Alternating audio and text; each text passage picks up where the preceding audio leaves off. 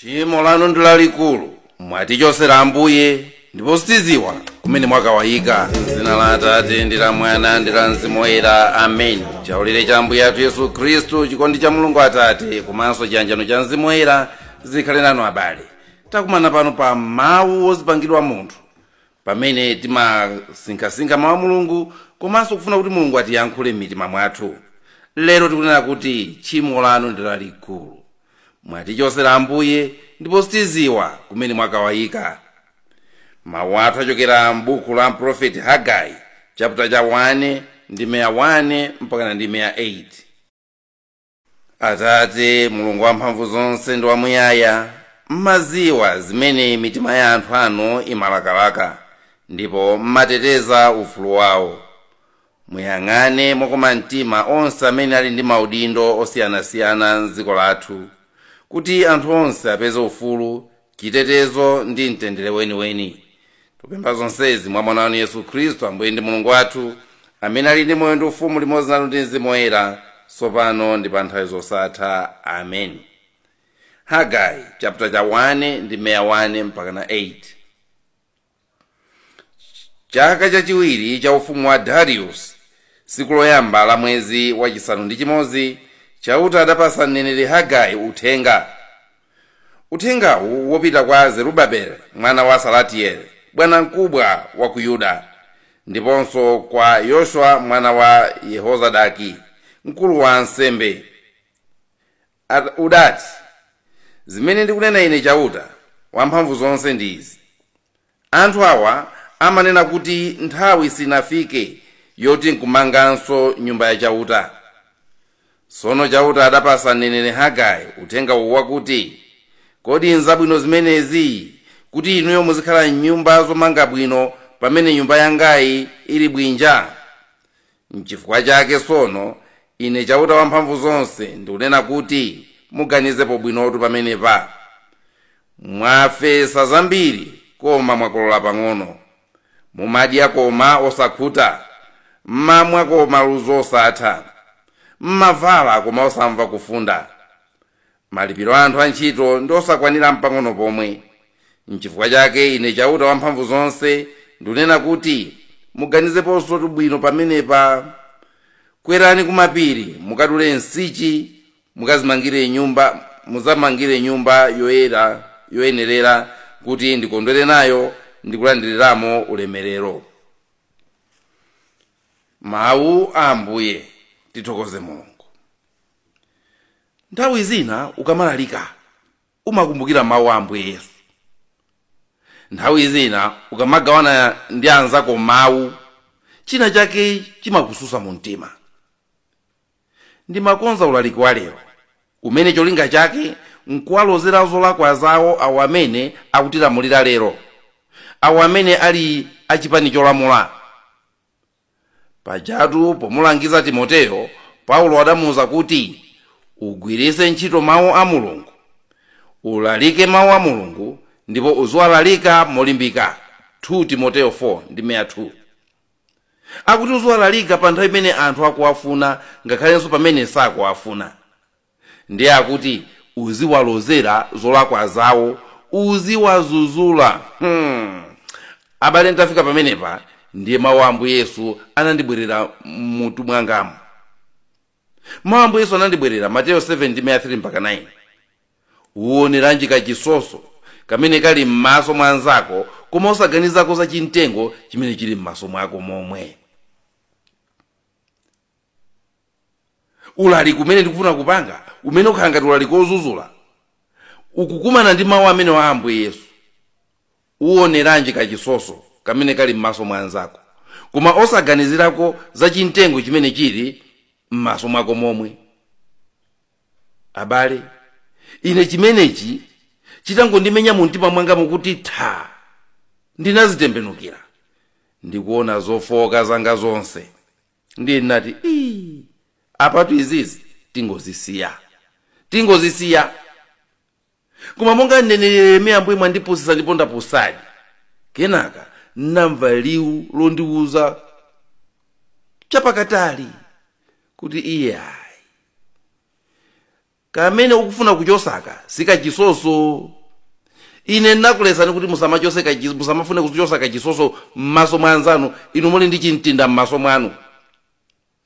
Aka kamene ufuna kuchosaka sikachisoso ayi, chifukwa m'maso mwawo simuli kachisoso koma muli chimtinda chimene.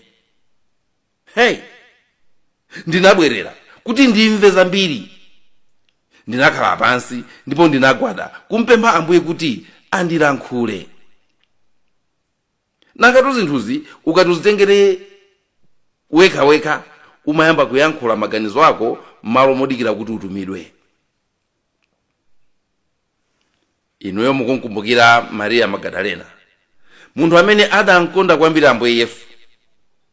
Ndipo chinthu chimodzi chimene iye anadandaula chinali chakuti mwandichotsera Ambuye. Mwandichotsera Ambuye. Ndipo sindikuziwa kumene mwakawaika. Yohane 20:1-18. Mwandichotsera Ambuye ndipo sindikuziwa kumene mwakawaika.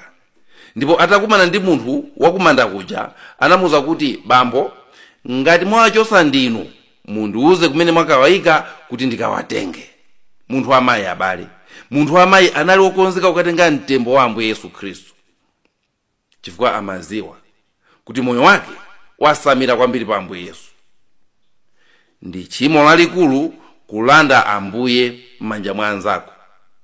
Ndi tchimo lalikulu kumulanda munthu Yesu wake. N'chifukwa chake anthu amanena kuti iwe usanditayise Yesu wanga. Chinthu chimodzi chimene ine ndikulidandaula boma ili ndi chakuti latichotsera Ambuye ndipo sitikuziwa kumene lakawaika. Latichotsera Mulungu pakati pathu. Pamene Amalawi amasankha mtsogoleri, chimodzi chimene adasankhira m'busa ndi chakuti amafuna zigwirizane ndi chimene iwo ali ngati Amalawi. Amalawi mtundu wopa Mulungu. Mtundu wopa Mulungu. Amalawi mtundu umene umafuna uzikhala ndi Mulungu pakati pawo. Chifukwa chemaona machalichali mbwe ndipo anthu amapitako kuchalichikucha.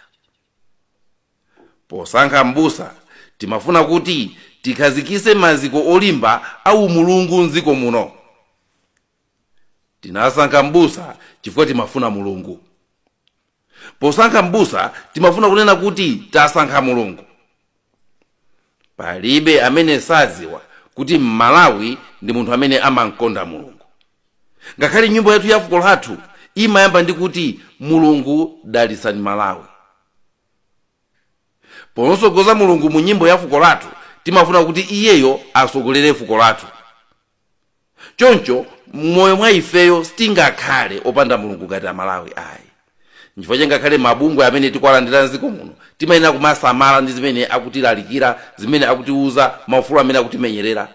Asatimenyerere ufulu wotilekanisa ndi Mulungu, kutimenyerera ufulu umene utatilande Mulungu wathu, umene usi ufulu. Koma lero ndikayang'ana mboma ilili Mulungu sindikumuonamo. Ndikayang'ana mboma ilili Mulungu sindikumuonamo. Mwansiya kuti. Ndikayang'ana mulamuliro uwu Mulungu sindikumuonamo. Ndipo monga Maria Magadalena nane ndikulirira chipani cholamulira. Mwatichotsera Mulungu wathu ndipo sitikuziwa kumene mwakamuika. Dandaulo langa nditu ndi limene lolo kwa inu amene mwamuyandikira president ndipo ndinu amene mmampasa nzeru ndi malangizo osiyanasiyana. Mlandu wanga uli kwa aliyense mwa inu paika amene akutenga nawo gawo poononga dzikoli. Mwatichotsera Mulungu wathu. Mwatichotsera Mulungu pakati pathu ndipo sitikuziwa kumene mwakamuika. Mlandu omwewu tingathe kuwayimba amipingo amene ndi ntchito yawo ndithu kuonesesa kuti nkhope ya Mulungu ikuwalira dziko lino. Amene ndi ntchito yawo ndithu kuonesesa kuti ufumu wa kumwamba ukumangidwa pansi pano monga kumwamba choncho pansi pano. Ambuye Yesu adati, muzakhala mboni zanga pamaso pa nduna, pamaso pa mafumu. Mateyo 10:18. Muzakhala mboni zanga pamaso pa nduna, pamaso pa mafumu. Mwina ilili likhale yankho labwino kwa anthu onse amene amaona ngati kuti tikulakwisa tikamakamba za ndale pagulu pano. anthu amene amaganiza kuti utha kukhala mkhristu wabwino pakusakamba chilichonse cha ndale. Muzadabwa musakukalowa kumwamba chifukwa chonena kuti ndale ndi zimene zimakhuza moyo wa munthu, ndale ndi zimene zikuyendesa moyo wathu, ndale ndi zimene zafungata moyo wathu. Ngati tikusauka chifukwa cha ndale, ngati tingapeze bwino tipeza bwino chifukwa cha ndale. Ndale ndi zimene tazipasa ulamuliro pa moyo wathu, ndipo ulamuliro uliwonse umachokera kwa Mulungu. Ndipo ngati ndale siziyenda bwino ndiye kuti ulamuliro sukuyenda bwino. Pa chifukwa chimenecho ndiye kuti Mulungu sagathe kupezeka pakati pathu. Mukhala bwanji mboni kwa mafumu ndi nduna ngati muthawa kukamba za ndale? Onani lero ndizi atitengera Ambuye athu ndipo sitikudziwa kumene akawaika. Mmene tinkasankha mtsogoleri wathu timaona nkhope ya Mulungu mwa iye. Mmene tinkamusankha mawu ake amakhala mawu okamba chipulumutso. Zimagwira ndi zija zimene Petro amanena kuti aliyense amene amalankhula mawu ake akhalire mawu ochokera kwa Mulungu. Aliyense amene amatumikira atumikire ndi mphamvu zimene Mulungu ampasa, kuti pa zonse Mulungu alemekezeke mwa Khristu. Akutero 1 Petro. Mtsogoleri amene tinamsankha ife pa nthawi ya kampeni amayankhuladi mawu ochokera kwa Mulungu, koma lero sizikuonekanso ngati kuti akutumikira ndi mphamvu zimene Mulungu adampasa.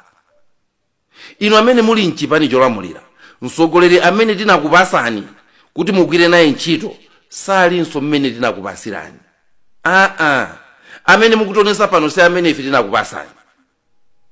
Munthu woti amayankhula lero sayankhula, angoti du mwamupanga bwanji. Mtendere umene umayenerera kukhala mdziko la Mulungu lero wasinthisidwa ndi kukhapana ndi kuphana. Munda wa mwanalirenji umene Mulungu adapereka lero wasanduka tsala, malo mmene kanda nkhuku ndi minga ndiye zikumeramo. Isaiah 5:6. Iye amene anasankhidwa ngati kapita woyang'anira chuma cha mbuye wake kuti azigawira antchito anzake zokudya mu nthawi yake, lero akungoonerera ndi kuyang'anira kumbali, kuchita kuyang'ana kumbali anake akutuwa. Anake akutuwa. Anthu akuvutikira makobiri, anthu akuvutikira chokudya, anthu akuvutikira mankhwala, iye atayang'ana kumbali. Ngakhale fetereza wasabuside akulandiridwa nthawi yokolola. Kulira kwa amphawi kunaleka kalekale kusowesa mtendere mtima wake, ndipo pano kwasanduka nyimbo yomusangalatsa mu ulemerero wake.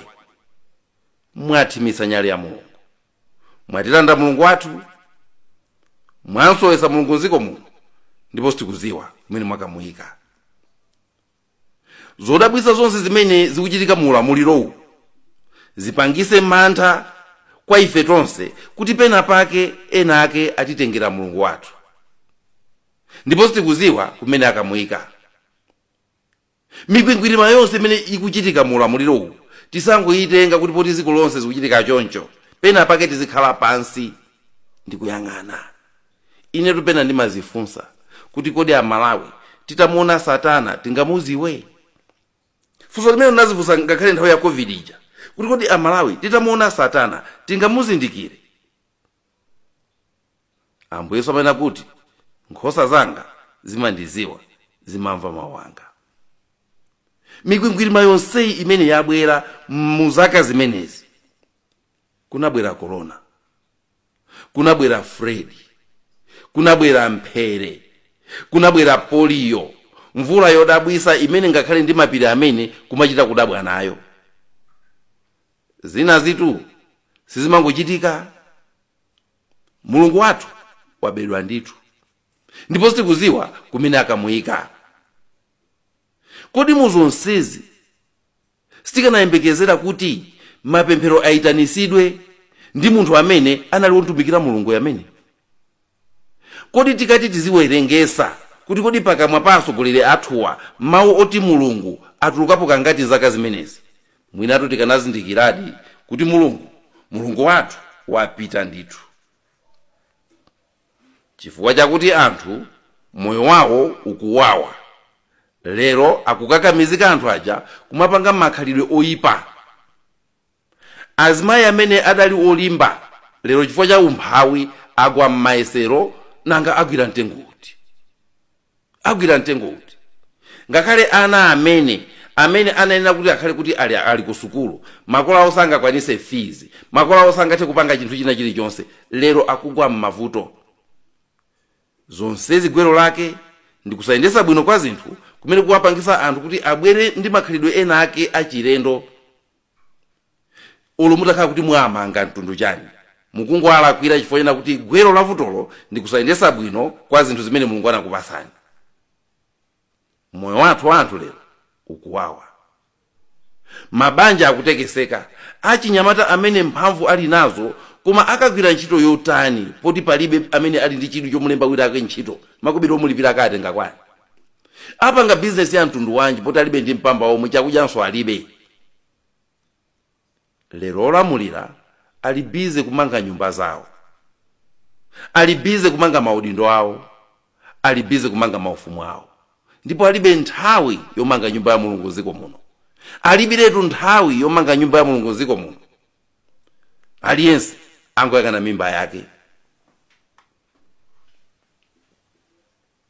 Ndiye mawu amene tawerengaja Hagai 1 akufunsa kuti inuyo mukuti nthawi yomanga nyumba ya chauta sinafike. Inuyo achipani cholamula mwina mukuti nthawi yopanga za Mulungu ziko muno sinafike. Ati pange kaye zathu, ati diye kaye, tikokere kaye, tikhale makobiri okwanira. Ndiye nenera kufunsa kuti kodi nzabwino zimenezi? Kuti inuyo muzigona nyumba zomanga bwino pamene nyumba yangayi ili bwinja? Kodi nzabwino kuti inuyo muzimanga nyumba zokongola nkumagonamo pamene mitima yanu ili yoyipa? Nkhani iyi takuyipitiriza kupita ngakhale kumabanja. Kuti kodi inuyo mukuyembekezera zotani kuti mukugona nyumba yabwino pamene Mulungu nyumba yake imene ndi mtima wanu ndiyoyipa? Kunja kumaoneka kuti anthu abwinobwino, anthu opeza bwino, anthu otani, koma nyumba imene Mulungu amakhalamo imene ndi mtima wanu ili yoyipa. Ndiye akuti muganize poto bwino pamenepa. Mwafesa zambiri koma mwakolola pang'ono. Zinthu tikusokonekera kumeneko. Mmadya koma osakhuta, mmamwa koma luzu osatha, mmavala koma osamva kufunda, ndipo malipiro anthu antchito ngosakwanira pang'ono pomwe. Nthawi zina ukamamva mabiliyoni amene akubedwa umazifunsa kuti kodi anthu makobiriwa ati afuna azipanga nawo chani. Usanamalize nkufunsa komweko ukumva abanso mabiliyoni ena. Nkhwiru ya makobiri yosatha, luzu lozunjikira chuma losatha. Mwathamangisa Mulungu, mwansowesa, palibe chita kuyendereni. Palibe chimene chita kuyendereni. Mukuzisandutsa nokha kukhala otembereredwa. Simuswa kuti wina acha kutemberereni, chokhacho chimene mukupanga inucho mukuzisandutsa nokha kukhala anthu otembereredwa. Ngati ziko linoli simungamange nyumba ya Mulungu pakati pathu, ngati ziko muno Mulungu mutamwike kumbali, simungathe kupereka makobiri okwanira oti ziko lino anthu akwani. Simungathe kupereka zinthu zokwanira zona kuti anthu akhale nazo. Koma mukaphunzitsa anthu za Mulungu, mukamuyika Mulungu pakati pa anthu, anthu amatha kukhala ndi zinthu zochepa ndi kumakwanira bwinobwino. Anthu amatha kupirira mosavuta chifuna kuti Mulungu alirawo pakati pawo. Koma ngati nkubama komweko Mulungu kulibe, ndizi asaone makobiri dovu chu. Asaone makobiri zoti makobiri awa kupita kufetereza wa amphawi ata zomwe zimene zinapangika chaka chatha zipangikanso chaka chino. Mukuzisandutsa nokha kukhala anthu otembereredwa.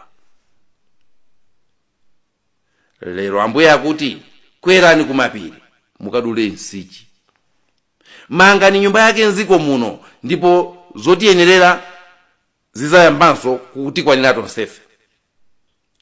Mbanja mwanu musamangomva kukoma kuti muli ndi makobiri muli ndi zonse. Makobiri sapereka mtendere. Inuyo simungamamve kukoma kuti muli ndi china chilichonse pamene mitima yanu ngati banja nonse mitima yanu Mulungu mulibemo. Ndiye musadabwe chuma chili apo zinthu osana kuyenderani. Musadabwe chuma chili pacha koma nonse ndikukhala okhumudwa, nonse ndikukhala osasangalala. Chifukwa chani? Mwamanga nyumba yanu imene mukukhala mu nyumba yokongola ya mabo, nyumba ya madenga folo, koma mwayiwala kumanga nyumba ya Mulungu mitima mwanu. Mwayiwala kumanga nyumba ya Mulungu mitima mwanu, ndipo pa chifukwa chimenecho akuti simuzapeza mtendere. Ndiye lero kunena kuti thamangani pitani mukwere kumapiri, kungatalike kungakwere mukadule nsichi zomangira nyumba ya Mulungu. Popanda nyumba ya Mulungu pakati pathu, umozi sungakhalepo ndipo umunthu umachokeratu monga mmene ukuchokera pano. Mutibwezere Mulungu wathu, chifukwa kumene mwapangaku ndikutilakwira. Mutibwezere Mulungu wathu, chifukwa kumene mwatipangaku ndikutilakwira. Ife pokavota timakavotera kuna kuti tikuvotera Mulungu, chifukwa ena kuti tikuvotera mtumiki wake. Koma lero mwatiuzeresa njira imene Mulungu kulibe, kutilakwira kulakwira mtundu wathu. Chifukwa ndonena kuti tchimo lanu sikachisosoyi, tchimo lanu ndi chintinda. Tchimo lanu sikachisoso. Pa chifukwa chimenecho sitikumva kuleseka kwina kwake mu mtima kwathu kwena kuti tisachose ako chifukwa kuti iwe uli mchintinda m'maso mwako. Chimene tikufuna kuchosacho ndi chintindacho. Chifukwa chona kuti lamulo loyambirira ndonena kuti mukonde Ambuye Mulungu wanu ndi mtima wonse ndi mphamvu zanu zonse ndi nzeru zanu zonse. Ife ngati mtundu wa Malawi tikhale ndi kulimba mtima kumwe kuja kwa Mariya Magadalena. Ngati Mulungu timankonda mziko muno, tikuyenera ndithu kuchita demand atibwezere Mulungu wathu. Ngati Mulungu timankonda amipingo, tikuyenera ndithu kuyimirira kunena kuti inu mwatitengera Mulungu wathu, Mulungu sitikumuona mu mziko muno. Atibwezere Mulungu wathu, atiuze kumene akamuyika, ife tikamtengeko. Akutero kuti Mariya Magadalena, Bambo, ngati ndinu mwamtenga ndiuzeni kumene mwakamusiya ndipo ine ndikamtengako. Sitingakhale pabwino ziko lino opanda Mulungu wathu, zosatheka. Sitingakhale pabwino ziko muno opanda Mulungu wathu. Mwatitengera Mulungu wathu, sitikuzowa kumene mwakamuyika. Chonde ngati ndinu amene mwatengera Mulungu wathu, tiuzeni kumene mwakamuyika, ife tikamtengeko. Mulungu wamphamvu zonse tikuthokozani kuti mmakonda kukhala pakati pathu, ndipo tikakuvomerani kukhala pakati pathu mmatipasa mtendere ndi kumanga ufumu wanu pakati pathu. Tikuyitanani kuti mubwerere mziko mwathu muno, kuchokera kwina kulikonse kumene anthu akuthamangisirani. Tikupemphani ndi ankhondo anu akumwamba mutithandize kumenya nkhondo yoti inu nyumba yanu imangidwenso pakati pathu. Tupempha zonsezi m'dzina la Yesu Khristu mweyo Ambuye athu. Amen. Takuthokozani abale, siku zakhale pomwepo tiye tinsakesake Mulungu wathu mpakana abwerere pakati pathu. Munali ndine Elizeo Bambo Nthalika, m'dzina la Atate ndi la Mwana ndi la Mzimu Woyera. Amen.